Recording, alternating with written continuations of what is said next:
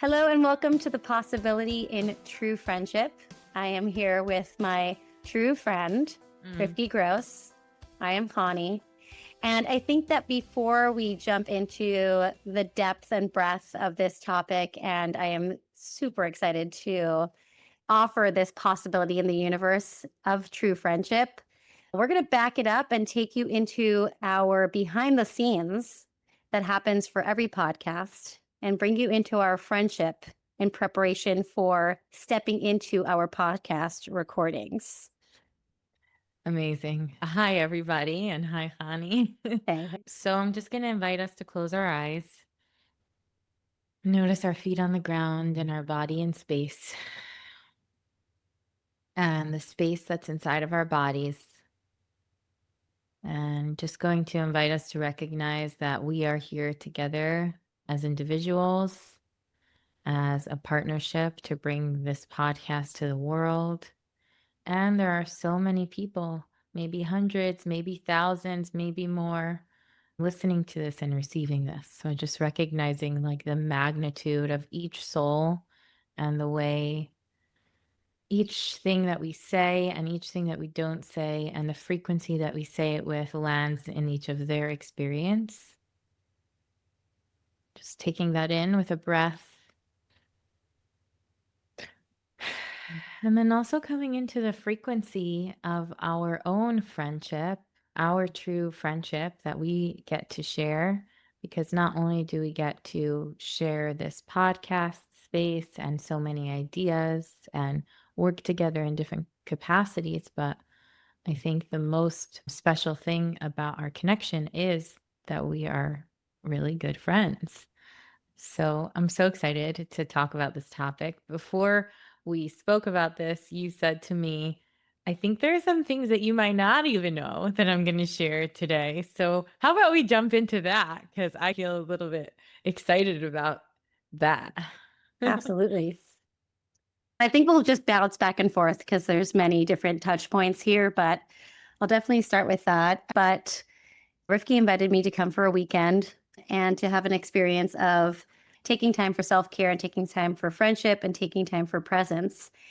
And being in your space and being in the friendship with you taught me things that I've never felt in any other friendship before. And what was so evident to me upon arrival and upon just stepping into the energy that we were both present for was this unbelievable, uncanny feeling in my somatic experience, in my body, of the way that I described it, and I still have no other way to do it, is no feeling of push and pull in any direction. Which I guess the flip side of that is actually peace, actually a tranquility inside of a quality of tranquility that was so easeful that there was no needing to be anything or having to be less than anything in the space that we were both sharing. And it was new for me, a new experience. I had never experienced a space that didn't in some way tug at me to pull away from or recoil or to overcompensate for before. I've never been in a space where exactly the beingness of what I'm showing up with right now, nothing has to change. Nothing has to be different. Everything in the ratios that it is in this moment is the perfect recipe for whatever it is that's here. And that was a wild experience for me, something. And I remember that after our beautiful immersive experience together and all the time that we shared, and in so much of our relationship development, the investment in our friendship, which is also very much a part of the way friendships grow, is that we invest in the friendship and we honor the quality that we desire to give and receive to each other by creating that investment. I remember coming home to Tully and just my husband, Tully, and telling him about, he's like, how was your weekend? I was like, dude, I've never felt this way before. I've never felt that I could just be fully in all ways and without any sort of resistance or contraction or overthinking in my life. I was like, you don't get it. Rivky lives in a realm beyond polarity. She lives in a realm where oneness is real. And I know that place in theory, but I've never actually touched it or felt it. And now that I have, dude, you don't get it. It does exist. The thing that I knew existed does. I'm telling you, I experienced it with Rivky. It's real. And it's really how I felt. I was like, to be without binary, to be in a space where all things can be held with honor, no matter what the edge it is, that there's space for all things without judgment, to trust and believe that if it's here, it belongs here, to trust and believe that if it's showing up, it's because it's necessary, and not to downplay it or minimize it or judge it or make it feel less than or pedestal it in the other direction. Like none of that. It's like being with what me is. Cry. It's true. It's really true. And when in many ways I've understood that Hashem's beautiful orchestration of our souls meeting each other is so destined and so beautiful. And I feel so lucky all the time, like all the time.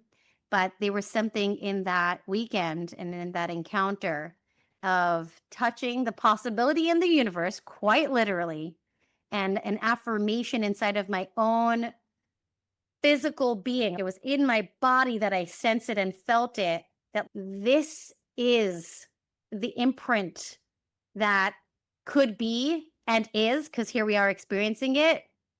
And to be able to share that unraveling and deepening and experience of friendship with you, it's really just remarkable. Way to drop us in. So the thing you didn't tell me before is that you told your husband. Keep your husband a nauseous note about me. Exactly. I was like, Rivky was such a good girl.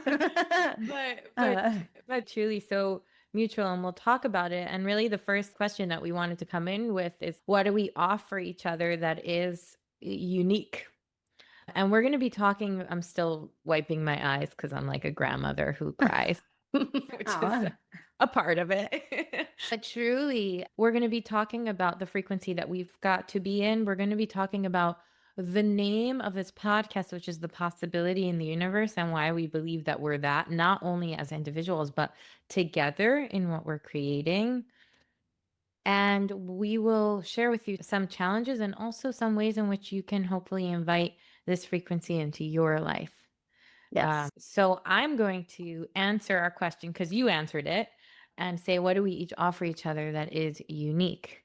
And I'm going to answer by saying that, Chani, what you offer me that is unique is continuous, never ending, clear reflection of my essence, not covered by your projection.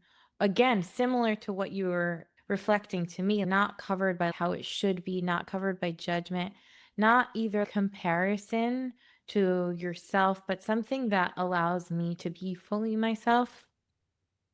And that's so supportive and such a balm to my soul. I think there's really something so unique about being able to bring each other to each other's edges in terms of both humor. Could you take it over the top? No, let me show you what I could do. Wait, is that going to be the funniest? No. Absolutely not. It's never going to stop being funny. And I'll give a silly example, but one of my clients was like, people don't know that you're actually really funny. You just started the podcast. I was laughing. I'm like, thanks so much. Because honestly, if someone tells me I'm smart, I'm like, okay. But if someone tells me I'm funny, I think it's the best compliment. Oh, yes. But something that people don't know about me is that I'm also a joke repeater. And I will repeat a joke until it's dead, and then it's not dead. It doesn't ever get dead. And Chani laughs every single time. And that's really unique for me. Exhibit A.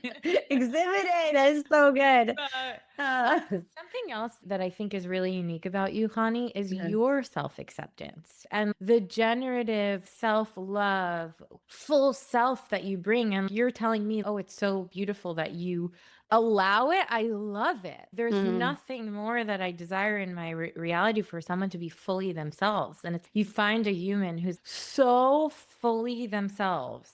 And that is Connie Frankel. And I learned so much from it. I learned so much from the way that you express yourself. I learned so much from the ways in which you aren't inhibited. I learned so much from the ways that you like have an idea and take it to the finish line and you're so willing. And I think that's something that we really like, that's very unique in the way of we really have that in common. Like similar to the jokes, you'll have an idea and I'll be like, yeah, let's go. And I'll have an idea and you'll be like, yeah, let's go. I remember when, I don't know if I should say Hani or you, but I'll, whatever. Because we're speaking to an audience, but also to each other in a more dynamic type of way. But so funny. yeah. But what I will say is that I remember so we learned together on Wednesday mornings. Yes. And we were learning about abundance. And there was one morning where you were saying that you really want to do something for your 40th birthday. And I was like, if money wasn't an object, what would you do? And I started to egg you on. And before we knew it, we were in Mexico with your 10 best friends. It was just wild the way that that all happened. And it was this expansion as opposed to contraction. And you do the same to me. I'm like, I want to host my next retreat in Israel and I want to host it in Svat. Like, you in? And you're like, yes. And then I'm like, okay. And you're ready for my next idea?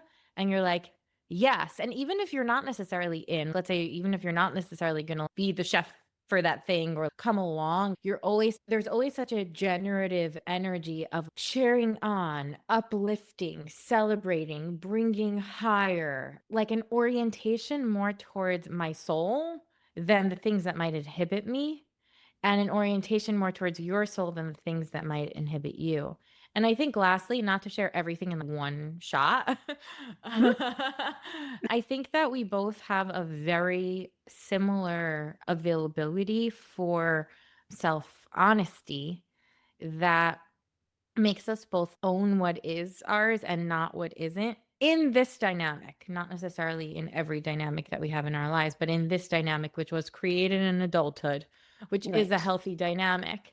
And that also brings a lot of peace to a friendship. And I want to just acknowledge for people listening that not every friendship, not every relationship, not every dynamic that you have in your life is created in adulthood. I saw this quote on Instagram the other week that was like, those friends that you made over the past 5-10 years in adulthood sometimes really can see you through the clearest mirror of your present day self. And there's something about friends that are 20-30 years old, and there's something about friends that meet you in your maturation. So I think that's something pretty unique that we have.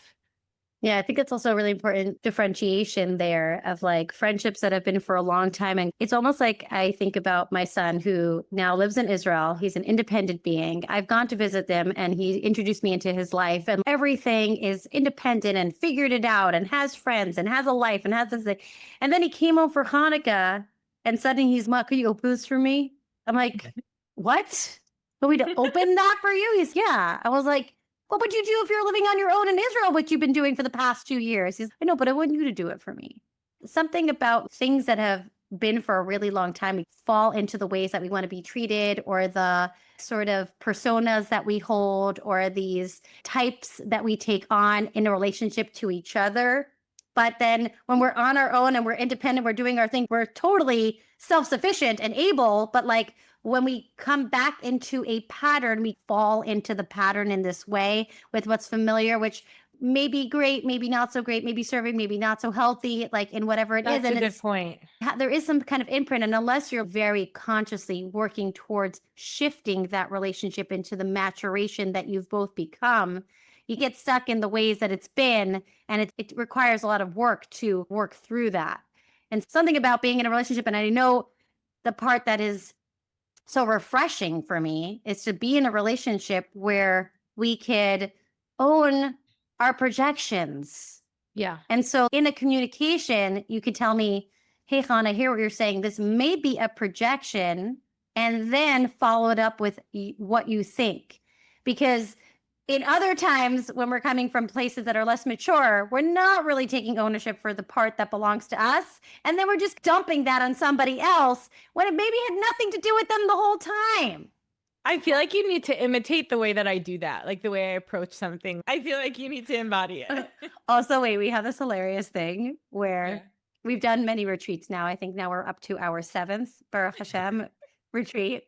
And we do this little parody in the kitchen where I pretend where I'm getting really stressed out and overwhelmed. I'm like, I don't know if it's going to be okay. What's going to happen? Pause for a second. Chani is never anxious. So just that's not something that it's not like one of her things that she struggles with. So we're just going to pause and acknowledge that before we continue the story. Yeah. So I pretend in all good humor, not in poking fun, but just being in the moment of that. I pretend where that I'm freaking out and so nervous something's not going to work out. Like I'm literally about to have a panic attack. And Ricky's like, honey. She puts her hand on my chest and she's, it's okay. I just had her heart. Her poor and heart. talks me down from the experience so that I shouldn't be so overwhelmed. It's really supporting me in that way. Yeah. So jokes aside, though, imitate the way in which or not jokes aside, because there's going to be more, but imitate the way in which I come to you with, let's say there's something that I want to talk about. How do I do that? Yeah. Okay, actually, this was really cool because I think this is one of our first conversations that I'm remembering that was so profound and it taught me so much. But you came to me, it was Erev Yom Kippur, and you were really trying to address something that was happening in a different relationship and come at it in the most honest way and in really trying to take ownership for what belongs to you and also really understand what was a projection because that wasn't so clear in this other relationship. Totally. And with no names and nothing, I had no information about anything and that's not something that we were going to share. But you're like, okay, Han, this is what I'm trying to work through. Can you play the avoidant and I will play the anxious attached? And I just asked her to play the role of the avoidant attachment style with me. Yes, because you're like, I want to try to understand this. I also resonate a little bit with the avoidant attachment style. So that was a good one for me to play. And we just dropped into role play straight up. Yeah. You're like, then I'll do this. And then I said, then I'll do that. And you're like, but then I'll do this. And then I was like, well, then I'm going to do. I said, and we said things like, when you do this, I feel like this. And what was so cool about this, Chani, just as a reflection to you of, I am so weird. Who does that? I didn't call in gossip. I didn't call and tell you like, oh my gosh, this person's doing this. I don't even think you still know who it is. No, I have no idea. It was not about that. Willing to play this role with me for maybe an hour or two. I literally closed myself.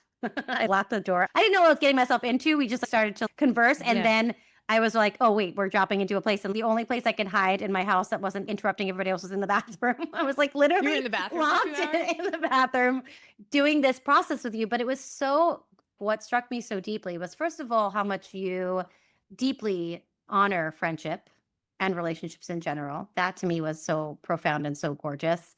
And also to recognize that it's not about me versus you in relationship.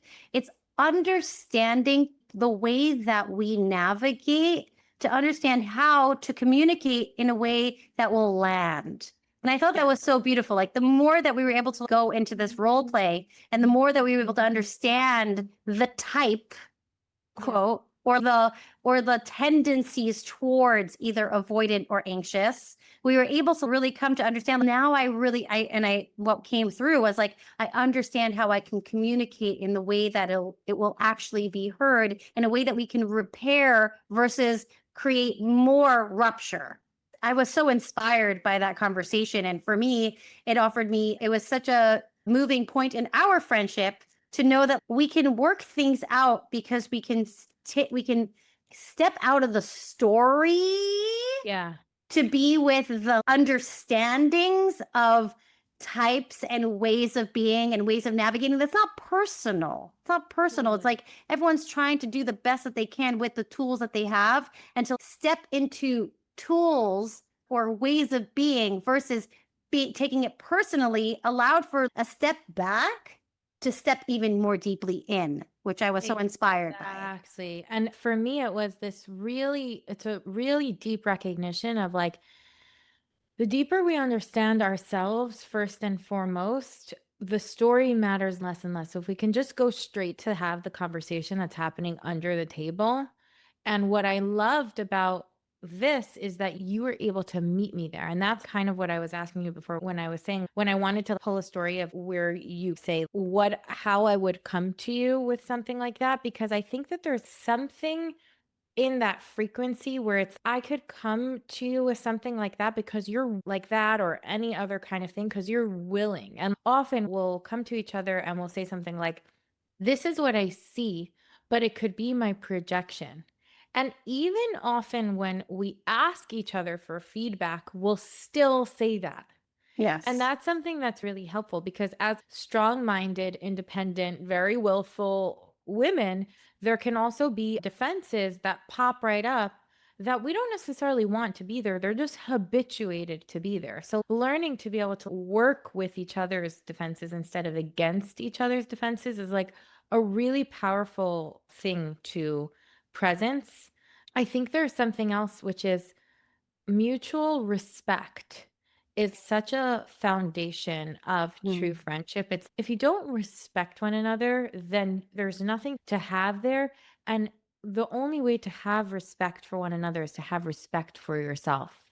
And I really think, I know this could be a little bit of a confronting thing to say, and I believe that it's true. There are layers of friendship, and I don't believe that it's not true friendship if you don't respect yourself. That's, I think, would be too dramatic and black and white to say.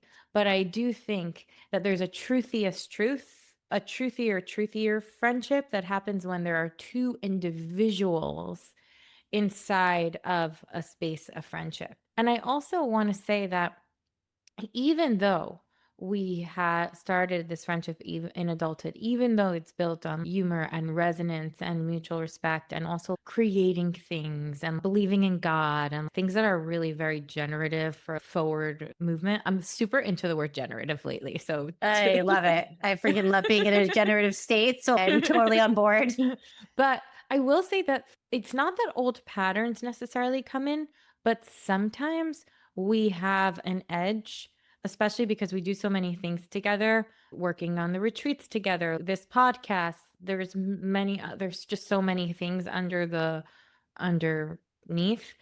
that I don't think old patterns necessarily come in, but fear of old patterns could sometimes come in. And I think what we've had the courage to address and continuously create a safe enough space for each other to bring helps keep the health and not repeat the old pattern. I'll give an example, but Yes, I please. remember we were going to do a certain event, and I don't want to give too many details right now, but we were going to do a specific event, and it we were doing so many things that week. There was, I don't know, it felt like a lot of things. And I remember I brought it to you and I was like, I know that you have capacity, but I don't know if I do. And I don't know if that's like an old fear of going too deep or doing too much, or if it's actually something that's real.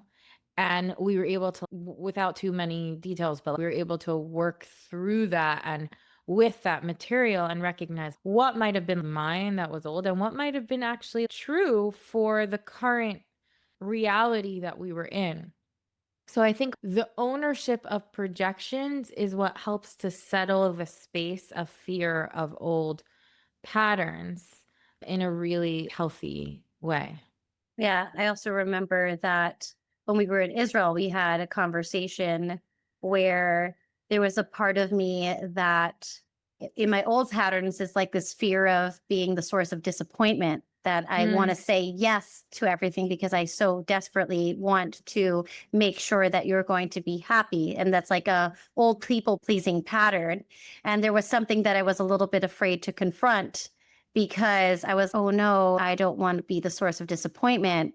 But we were able to have the courage to address that conversation and get to the bottom of what was really just the fear of a pattern that may repeat itself, that didn't actually repeat itself. But it's sometimes we're being so hyper vigilant on wanting to keep the health in this friendship that we're afraid to go to that place. But what I love that we have here is the courage to go to those places so that we can work through it, because nothing is silly.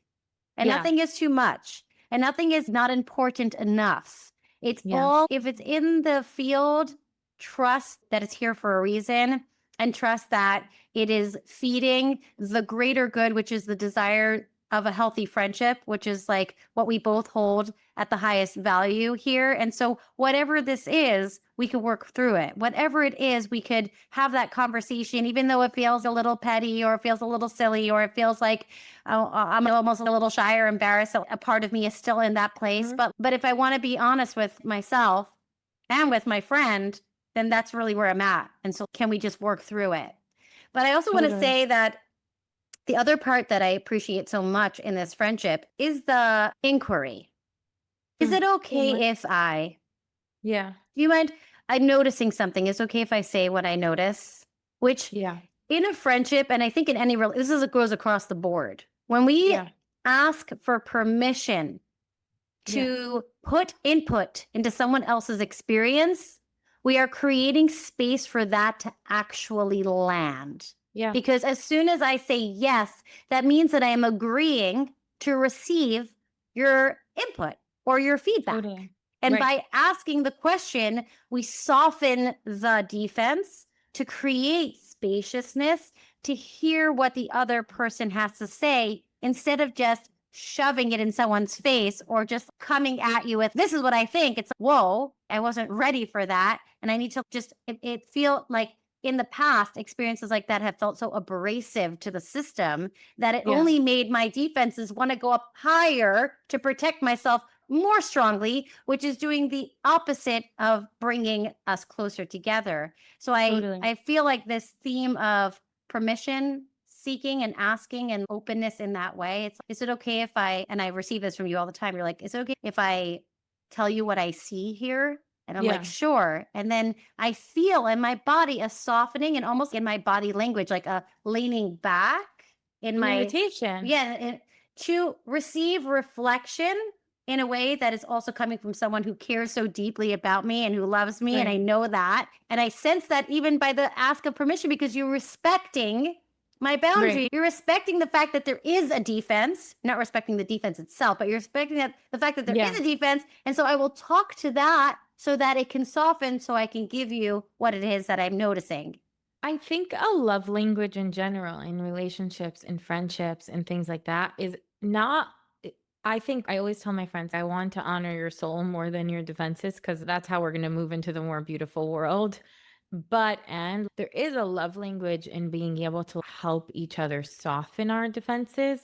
And that's found in the resonance field. That's found inside of a space of frequency. That's found when like certain souls have the ability to do that for other souls. And when we do, that means there are different kinds of souls in the world. There are souls that are meant to teach us things. There are souls that are meant to challenge us. There are souls that are meant to bring us to our tikkun, to correct different aspects of ourselves. And there are souls that are meant to propel us forward, cheer us on, bring us higher. And sometimes those souls are actually the same at different times, but sometimes you could tell like some people are more leaning more towards one space in our lives and they're all important. Yes. But it's really important to recognize that. I want to go back to the disappointment story for a second, Please. because there was one other thing that I wanted to add to that. Khan, I don't know if you remember what I told you. I don't know if it was in that conversation or in a further conversation where I said, you will most probably disappoint me because you matter to me, because you impact me, and nobody's perfect. So there might come a time where that comes up to me and it does feel disappointing, and it will be okay. And somebody on the retreat witnessed that. And I don't know if you know this part of the story, but it actually moved them so much just from witnessing that interaction into such a possibility of the universe of wondering where she could receive that kind of friendship and honesty. And it actually like moved her into a frequency of that just by witnessing that conversation. So I think that there's something really powerful about being able to be vulnerable in a place where it won't be thrown back in your face. And it won't be, okay, make it all better, make it all better, make it all better, but something in between. And that's the frequency. And I think when we discovered that we shared that frequency, that's when we were like, okay, possibility in the universe vibes, because we recognize the uniqueness of this specific connection that we share and what it brings to the table, like the way it complements each other, the way it brings out the best in us, the way it brings us to grow, the way it stretches us in different ways, our nervous system, our capacity, our mind. Every time I spend time with you, you blow my mind. Not only my experience, but I'm, whoa, like what a perspective, what an idea, what a way to look at that. There are times that I call Hani just to hear your perspective on something, because I want to hear, what would it be like to hear this from someone who thinks with such an open, creative, original mind? There isn't just one way to solve a problem, look at an idea, look at a perspective. Sometimes I'll even tell you something and I would tell it to someone else and they would be like, oh my God, that person's such a whatever. And you would say, wow, that's so generous of them. And when I hear the way that you see things, it really inspires me. And that's something else. I think there's a space here that there is a constant inspiration of, wow, look at the way you're helping me see, look at the way you're helping me hear. But that's also because we're available to be inspired. We're not constantly triggered. That's not how this dynamic is. There are some triggers, but it isn't like a constant trigger space. But I'll say now bring us into, and our audience into, maybe we can just riff, we can go back and forth into how we would recommend that you create this reality for yourself, suggestions that we have from the trenches of really knowing inside of our bones and our being. And I'm just taking a moment to feel real gratitude for this. Gratitude to Hashem, gratitude to you, gratitude to myself, gratitude for our soul's journey, because we do know what this means. Yes. But before we do that, I actually have something that I never shared with you Oh my that I gosh. just realized. So I'm so I'll tell you. excited. Maybe I have. I don't know. Now I'm Okay. now. Okay, what You're if it's second not that? guessing. What if it's not that cool? Oh, I love it. It's fine. I'll share it anyway. Yeah. It doesn't have to be so cool. But what I will say is that I have a core value in friendship, and sometimes it could be misunderstood. But when it is understood, it is so met and so received and so appreciated. And I feel that way in this friendship, which is I really don't believe in no drama. Drama is very much something like a frequency that I don't want things. Let's say there's a trigger. Let's say there's a rupture. Let's say there's a miscommunication. My desire is to really stay calm. Really let this thing, let's have a conversation. Let's talk about it until it's done. I'm available for it, that. Available for repair, available for conversations, but not with an amping up, not with a gossiping experience of just sometimes some nervous systems are tuned towards drama. And it comes from, there's no judgment. It comes from like the trauma vortex. Like when we're really traumatized, sometimes we create more of that fast moving energy that's, even though it seems generative, it's generating trauma. And I think that's like underneath, that's a really core value of mine. It's something that I help bring my clients into, and it's something that I continuously work on. Any of my best friends know that this is the way that we move through things. It's even unspoken, but it's just the way it is. And that doesn't mean that big emotions aren't allowed.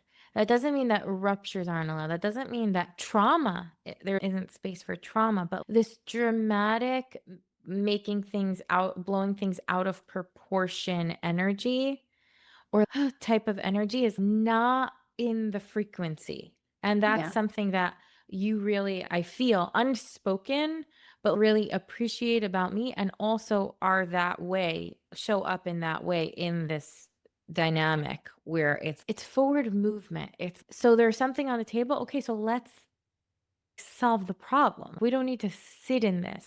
And I think we both bring this balance to each other. Sometimes me, sometimes you, of the it's not that deep, but also things are really deep. And I think like a big part of doing life in a way that feels good more of the time is taking ourselves seriously and not so seriously at the same time.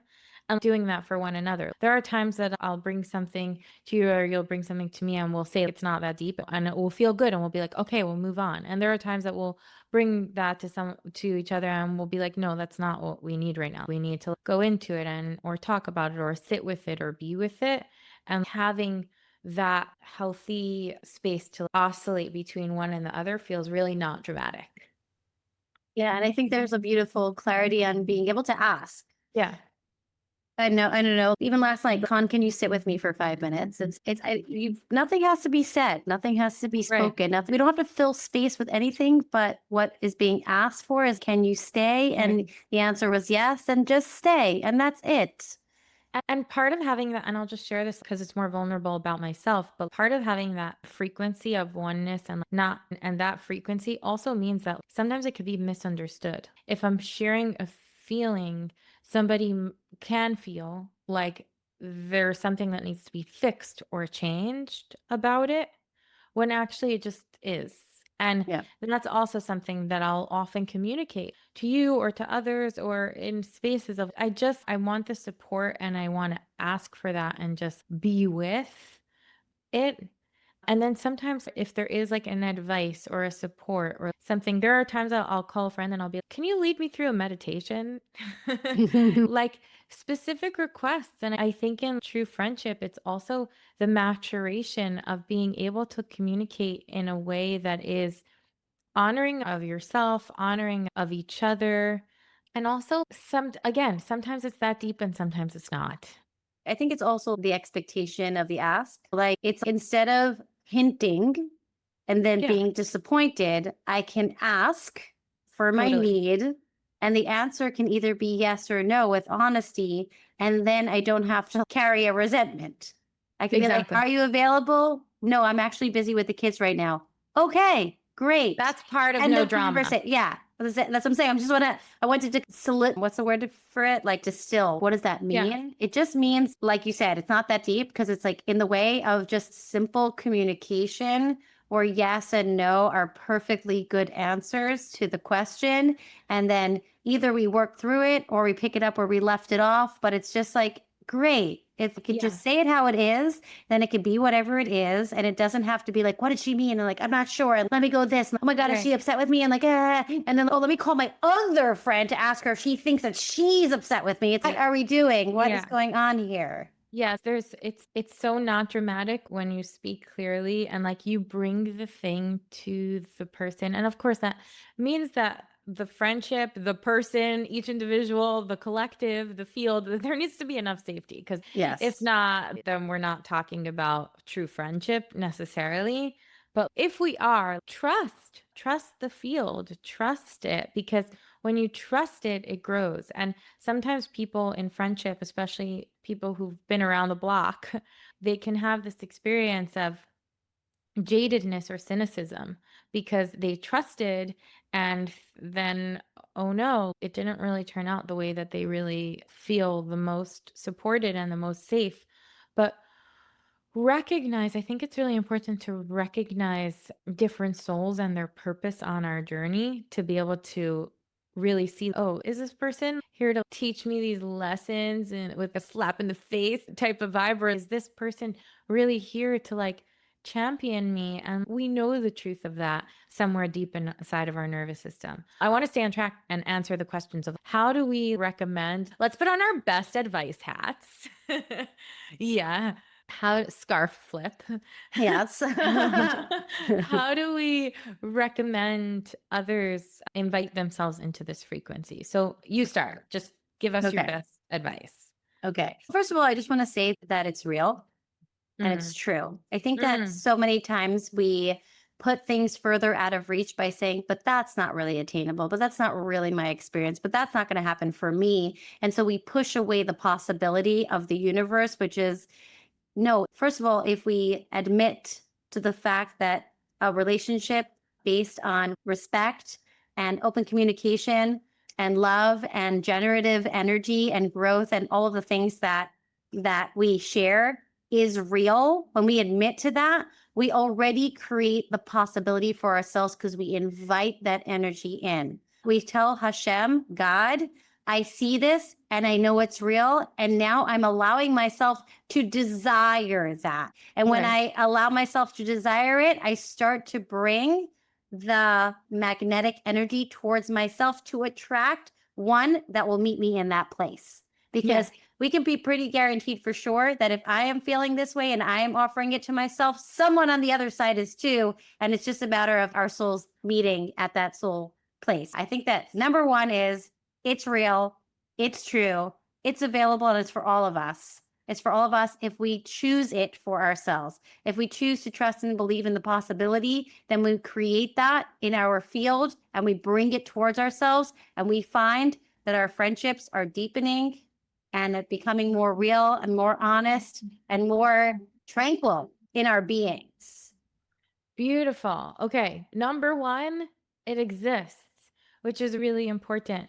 My friend Ayelet Polanski says that I'm going to tell her that we quoted her in our podcast, says that when things come into your life that affirm the things that you desire, they're like amplifiers for what you desire. It means that the thing you desire is close. So if you're listening to this podcast and we are that affirmation for you, then know that that we are your amplifiers. And if you desire this, because if you clicked on this podcast, you probably desire true friendship. So if you desire this, then it is, or you're just curious, Which then is the it's same yours. thing. Right. Yeah. The second thing I'll say is identifying the desire. So after you know that it's true, identifying the desire under your possible defenses to true connection is really potent. So allowing yourself to want it. Connie's mother says it's good to want. Really allowing yourselves to and ourselves to want what we want, and also grieving what we don't necessarily have or what we haven't had in the way that we really want it. Grief is a really powerful portal to move energy. Really, our world in messianic times, in redemptive times, like we live as a village, we live as one, we live in oneness consciousness. We do understand each other and understand ourselves and are understood and support one another in really helpful, not codependent, like beautiful ways. And the fact that we can't have that, and the fact that connection has been so challenging, and the fact that some of us have been raised by parents who don't have capacity for connection or intimacy because of their own traumas, that's something to grieve so that we can make way for the desire of that's underneath. So that would be my tip number 2. Gorgeous. Are we just going down the checklist here? Yes, number 3. Let's go to 10 of them and then we'll end. Oh, wow. Okay, Yeah. fine. I would say that a big turning point in this relationship was also discovering our shared humor. I think that humor plays a really beautiful role in being able to be honest. Totally. Because when you can joke about yourself and the other person's not taking it so seriously, you can actually talk about things that are really deep, because humor allows for a certain level of unlocking to unleash certain things that might be a little harder to say in like seriousness, but in if I could say it in humor and it can be picked up, then it's, oh wow, okay, so I can actually talk about this more deeply. And so I remember when we were still studying on Wednesday, this was many years, and I had gone on a trip to Israel, and I said some funny remark to you, which maybe I'll keep off of the public realm right now. But you met me where I was at, and I was like, hell yeah. I remember that. I remember that. So we were already developing our friendship, but when you met me in my humor, I was like, yes, this is going to be good. Yeah. That was a great joke, and it's a gift that keeps giving. So good. I love that. So humor, especially in being able to be truthful. And the next thing that I'll say is be a friend. Kabbalah says, if you want a friend, be a friend. If you want love, be love. If you want abundance, be abundance. What does it mean to be a friend to yourself?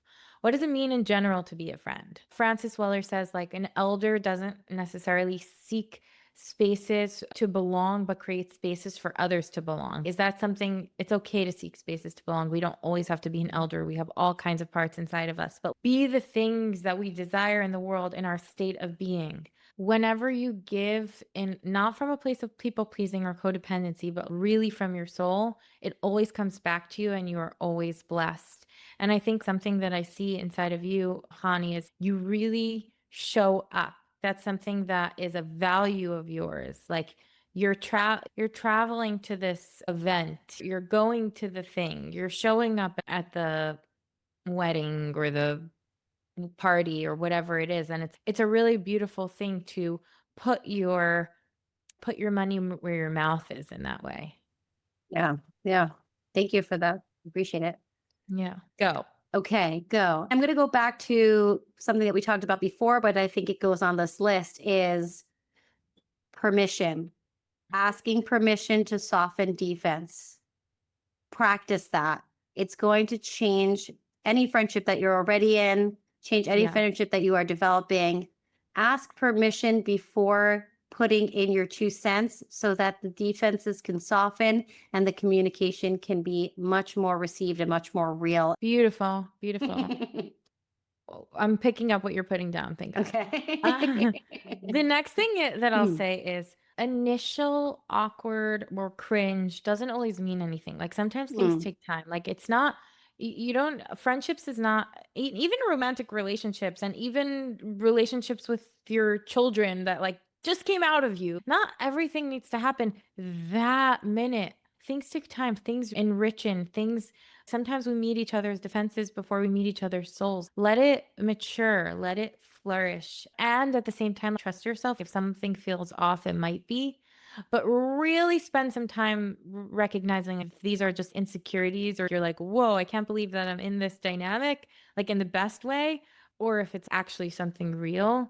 And taking time, like, friendship is not built in a day. I think we became really good friends in over a few years. It takes time and it keeps enriching and it keeps deepening, but it takes time. And the other thing is, like, different than like romantic relationships, friendships, I believe, and this is my own personal belief, unless they're like soul contract friendships, in which that case it's totally different, but friendships should not be like earth-shatteringly hard work that feels you're always putting in this work, especially if you're in a romantic relationship where that shows up, because it's like friendship should be the place that we come to for some triggers and mostly celebration and reflection and goodness and uplifting. That's my own personal belief system.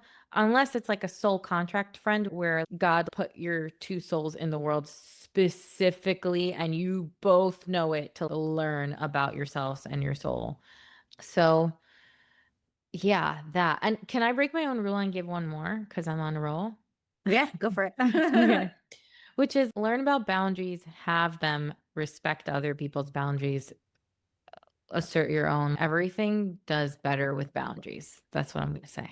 Yeah. And I always love this quote that a woman that I went to this group shared. And she said, boundaries teach me how to love you. When you Yeah. hold your boundary, you actually are showing me the way that you want to be held and seen and treated and loved. And that's the guidance towards how to be in friendship or relationship with you. And the thing that I was thinking about was, just like anything else that you love to do, spend time doing it.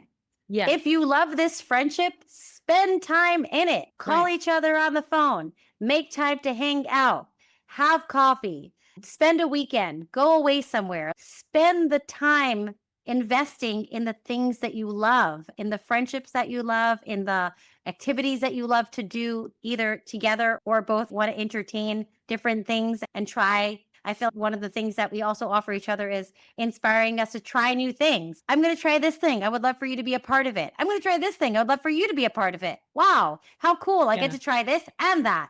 It's such a fun. Yeah. So it's, yeah, spend the time. And it, like that word that keeps coming up is generative. It's like when we spend the times with the people that we love, doing the things that we love to do, it adds, it accumulates energy and fills that bank with like excess funds to power forward into so many other things that have to get done in certain ways. Totally. And something that I will add to that is don't take things so personally. Other people's moods, quirks, whatever, they're usually not about us. Yeah. Like getting offended, yeah, take the time, but also don't sweat the small stuff. They're not, unless they're really big and they happen over and over again, they're usually not that big of a deal. They usually pass. 1,000 things can happen in a day, especially in adult friendship, especially in friendship with women, especially there's relationships, there's dynamics, there's other friends, there's children, there's jobs, there's businesses, there's so much inside of everybody's lives that have nothing to do with us. And the more we can let things be parv, which means neutral, as much of the time as possible, the better it is. The better it is. So, yeah, that's something that I would share. Yeah. I was just thinking of this moment where my husband was not sure how to say something to me. And I was like, what's happening? What's going on? I don't want to say it because I feel like I'm going to offend you or whatever. I was like, dude, there is no way that what you're saying right now has anything to do with me. I'm not going to be offended. Whatever it is that you're holding is yours. It's not mine. I'm not taking it personally. Don't worry about it. And it was funny because what he shared was not mine. It was his Yeah. own stuff. But we have this assumption that the other person is going to be offended by the thing that I say. The thing that you're going to say is your own thing. It Yeah. actually has nothing to do with the other person. So both ways. Don't take it personally in the way that you're receiving it. Also, don't flatter yourself that it has anything to do with anybody else. It's actually your own stuff.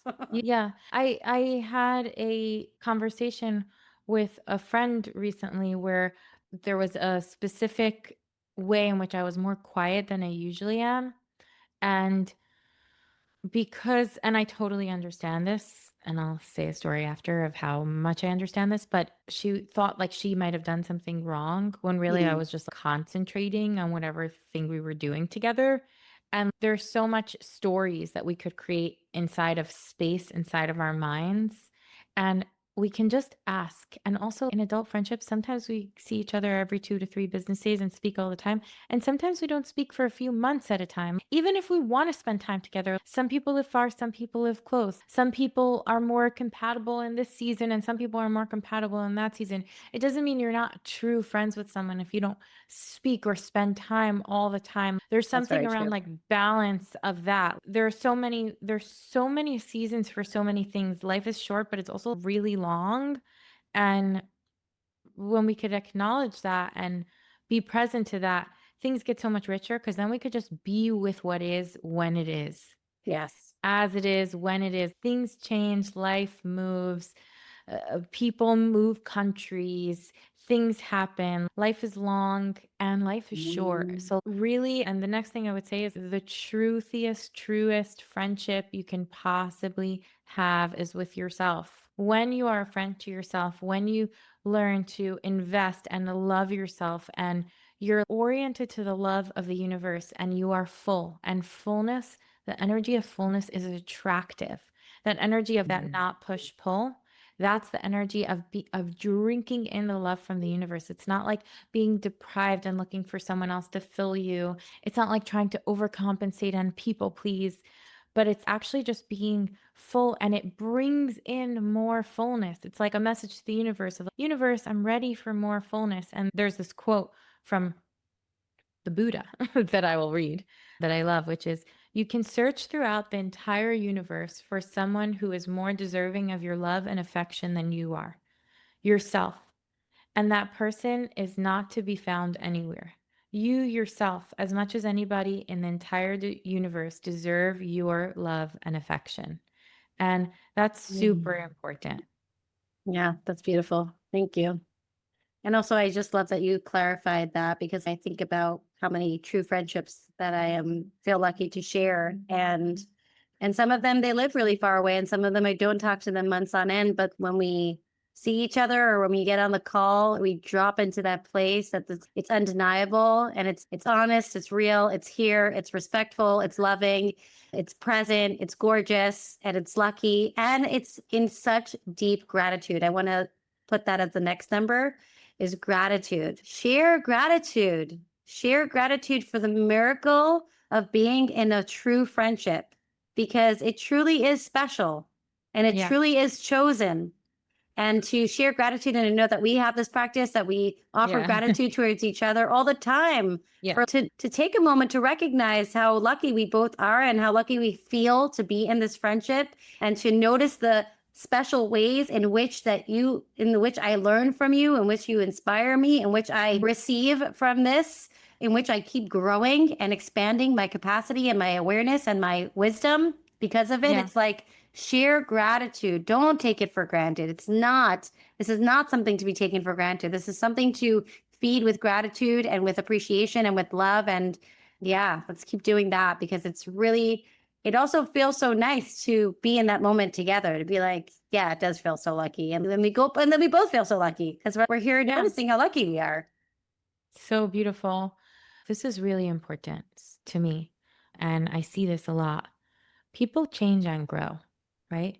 Sometimes people get different standards for themselves, different boundaries for themselves. If you're going to go through life with your friends, sometimes they have a baby, they start a business, they get older, they heal, they go through heartbreak. There's so many seasons in so many of our lives. And a lot of times people have difficulty with change, right? Not only with their own change, but watching the people around them change. Oh, wow, this person's stepping into their light. Oh, wow, this person has more boundaries, has more standards, and it could be difficult to navigate around that. And the more we allow each other to flourish and grow and celebrate each other's healing and growth instead of being afraid by the way that it might affect us relationally, the more we actually are in a space where we each get to grow. And I know there are some friends in my life that joke around. I used to be much more available and now they have to make an appointment with my secretary to talk to me. And it's the way that I navigate my time, that I don't have as much time for each person in the same way. And I have a different way of moving through the world because that's what my life asks of me. And capacity means nothing about love. Capacity is not the same thing as love. Just because somebody has less time or more boundaries or different standards, it doesn't mean anything about love. And when we can really learn that, our capacity has nothing to do with our love. If we also can't show up for that specific party or that specific event, of course, it's a sign of love to show up, but it doesn't mean anything about love. Love is different than capacity. And in different seasons of our life, we're going to have capacity for different things. And like really having capacity for our friends' growth and evolution is, I think, one of the most loudest and most loving ways to love them, because it really is a more unconditional and more selfless way to show up for them. Even though I know that you stepping into the space means that you might be less available for me, I'm still so proud of you that you have these boundaries now. That's such a attractive fullness energy to approach friendship with, and it actually keeps friendships in your life. So I think that's a little secret that I would love to also share. Thank you for that. Yeah. Beautiful. Okay, all right. Do we make it to 10? I think we made timing. I don't remember. I lost count. But why don't you give us one more and then we'll end? Or anything else you want to say. It doesn't need to be like advice. I didn't even feel that was advice. It was just tidbits of the way that we navigate. Take what you want and leave the rest. Exactly. What I want to leave you with is take what you want and leave the rest, because everyone is going to find their unique way of fitting puzzle pieces together. And the way that we've found, which has been so nourishing and beautiful, is what we're here to share because that's what we have to offer. But I am sure that if we interviewed many different people on their friendships, they would have other tidbits and other beautiful nuggets to share with the world. And so not limited to, and also take what you want, leave the rest. And my encouragement is to implement what you want inside of your life experience. And if there is a desire that is alive inside of you, listen to it a little bit. Yeah. Let it take up space. I know for myself, just the other day, my brother accidentally called our family on a video call. And it's not something that we traditionally do. And I have other friends who do this every week with their family. And there's been a nudge inside of the core of my being that I want to be doing that too. And when he made the call, he hung up and then he wrote, "Oh, I'm so sorry about that. It was a butt dial." And I was like, wait, I wanted that. And it ignited something inside of me that reminded me that this is something that I want with my family. And so that I put an alarm on my phone right then. And I was like, on Friday, I'm going to do this because this is something that I want. And I can trust that if it's something that I want, probably the people in my life experience also want this. Yeah. Whether they do or don't doesn't even matter, but it's usually going to be met. I think that we short circuit our desire by this idea that it won't be met, which is not really giving ourselves the chance or the possibility in the universe, plug, of what could be. And so guess what? I called it on Friday. I made my alarm. Okay, I had to snooze it a few times because other things came up, but I made the call and whoever was available picked up the call. And as soon as that happened, my other brother was like, minhag, which means practice, tradition, practice. And I'm like, bam, that's it. You know why you're responding with practice? Because you desire this too. And we're all shying away from the thing that we all desire. Yeah. So just make the move closer. Make the move closer and trust that it could be picked up. It could. I can't tell you that it for sure will because I know that there's a lot of other stuff in this world and it is difficult. But the way that we build trust is by trusting. And the way that we create the possibility is by leaning into a desire and putting it out there and putting the bid out there. And I was like, hey, family, 4 people showed up. Awesome. We all got to see each other. It doesn't matter what we spoke about. I saw your smiling face. It made me so happy. No. Beautiful. And I'm going to end by saying the famous cliche thing of be yourself so other people can find you. And also, before you walk into a room, especially if you want to make new friends, especially if you want to make true friends, it would be a really good idea to tell yourself that you are amazing just the way you are. And with that, we're going to end for today. Mwah. Have a good one. Love you so much. Bye. Till next time. We are so humbled and delighted to have you with us. Our podcast is Real Life in Real Time, where we embark on curious conversations that expand our awareness and capacity for all that is possible. The Possibility of the Universe podcast is only possible because of you, our audience. Thank you so much for being here with us. Thanks so much for being here, and thanks so much for listening. I'm Chani. First and foremost, I am a believer. I am a wife. I am a mother of 6 beautiful children, and I am the owner of Grassroots Brooklyn, an experiential art collective and floral atelier. I am also a life coach working with both individuals and couples to empower them to step into all of their own possibilities in this universe. You can find me on Instagram at Makom Sanctuary and on my website, www.grassrootsbklyn.com. Hi, I'm Rivky, and I love life. I love heart-centered living. I love to be curious, and I love to connect with all things. I started off as a social worker and developmental therapist, and now I work as a somatic and subconscious practitioner using modalities such as somatic healing, breathwork, bodywork, hypnotherapy, and some really magical and incredible quantum healing technologies. I work with individuals, couples, run retreats and courses using these modalities to help people find the most freedom, presence, aliveness, and embodiment inside of their lives. The ways to contact us are through my website, rivkygross.com. That is spelled RIVKY dash, the straight line dash, gross, GROSS.com. You can also follow us on Instagram, Chani at Makom Sanctuary, and myself at Rivky Gross. We are here for any and all questions and feedback through the contact form on the website. And we're so looking forward to hearing from you.